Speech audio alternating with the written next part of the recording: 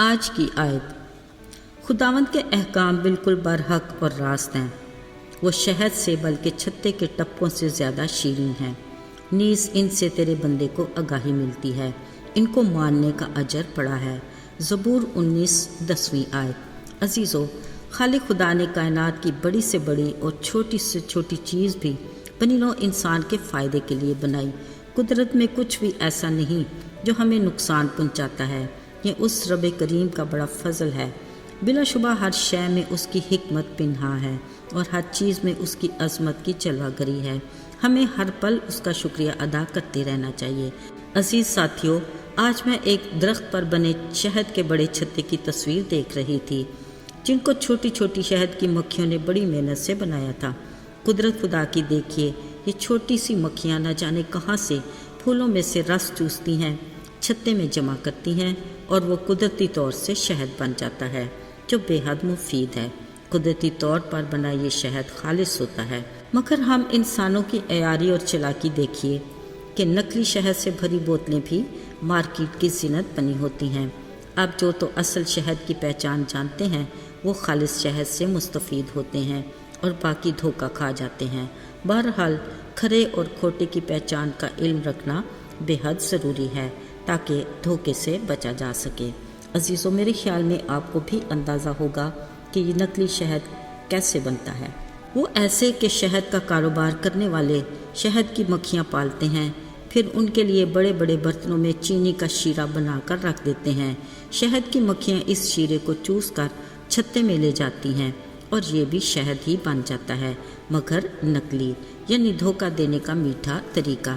یاد رہے یہ ابلیسی کام ہے نا، قدرتی کاموں میں کھلم کھلا مداخلت جو خالق خدا کو ناقابل قبول ہے اور انتہائی ناپسندیدہ بھی۔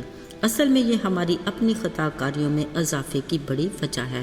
عزیزو، شہد قدرت کی ایک ایسی فائدہ مند اور صحت مند نعمت ہے کہ اس کو خدا کے کلام سے بھی تشبیہ دی جاتی ہے۔ زبور نویس داؤد نبی کہتا ہے، تیری باتیں میرے لیے کیسی شیریں ہیں، وہ میرے منہ کو شہد سے بھی میٹھی معلوم ہوتی ہیں۔ بلا شبہ خدا کے منہ کا کلام ہماری روحانی زندگی میں توانائی اور تازگی کا باعث ہے۔ داؤد نبی نے ایک بار پھر اسی بات کو دہراتے کہا، خداوند کا کلام برحق اور بالکل راست ہے، وہ شہد سے بلکہ چھتے کے ٹپکوں سے بھی زیادہ شیریں ہے، نیز ان سے تیرے بندے کو آگاہی ملتی ہے اور ان کو ماننے کا اجر بڑا ہے۔ عزیزو، یاد رہے خدا کے احکام برحق اور ایسے راست ہیں، بالکل چھتے کے ٹپکوں کی مانند خالص، جو ہماری روحانی زندگی کی مضبوطی، ترقی اور بہتری کا باعث بنتے ہیں، جن پر عمل کرنے سے ہی ہماری بھلائی ہے اور اجر یقینی ہے۔ بلا شبہ ہم وہی چیز پسند کریں گے جو ہماری صحت نشو و نما کے لیے ضروری ہے۔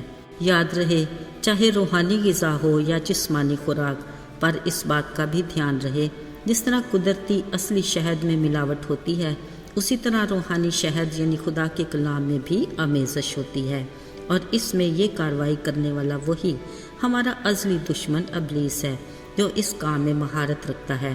اس کا ثبوت باغ عدن میں ہوا کے ساتھ اس کی گفتگو سے ثابت ہوتا ہے۔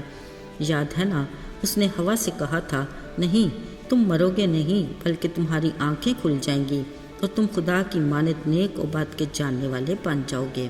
سو آدم اور ہوا نے خدا کے برحق احکام کو درگزر کر کے ابلیس کے چالاکی مکاری اور آمیزش شدہ بات پر عمل کر کے گناہ کے جال میں پھنس گئے، پھر اس دلدل میں پھنستے ہی چلے گئے۔ عزیزو، دراصل حق اور باطل میں تمیز کے لیے ہمیں خدا کی حکمت کی ضرورت ہے۔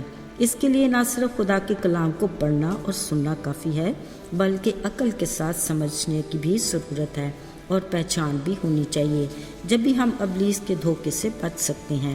ایک بار ایک آدمی بیٹھا نوٹوں کی گٹی کو گن رہا تھا، اسی دوران وہ گنتے گنتے کچھ نوٹ علیحدہ کر لیتا۔ پاس بیٹھا آدمی یہ سب کچھ دیکھ رہا تھا، بولا، یہ تم نے کچھ نوٹ علیحدہ کیوں رکھے ہیں؟ وہ شخص جو نوٹ گن رہا تھا مسکرا کر بولا، یہ نوٹ نقلی ہیں، اس لیے میں ان کو اصل میں سے فوراً نکال لیتا ہوں کیونکہ مجھے ان کی خوب پہچان ہے۔ عزیزو، اسی طرح ہمیں بھی خالص روحانی شہد یعنی خدا کے برحق اور راست احکام کی اچھے سے سمجھ ہونی چاہیے اور پہچان بھی، تاکہ ہم ابلیس کے آمیزشی کلام کے خطروں سے بچ سکیں۔ آئیے دعا کریں۔ آئے ہمارے رحیم مہربان باپ، ہم تیرے شکر گزار ہیں کہ تیرا کلام ہماری راہ کے لیے روشنی اور قدموں کے لیے چراغ ہے، تاکہ ابلیس کے بچھائے جال سے بچ سکیں۔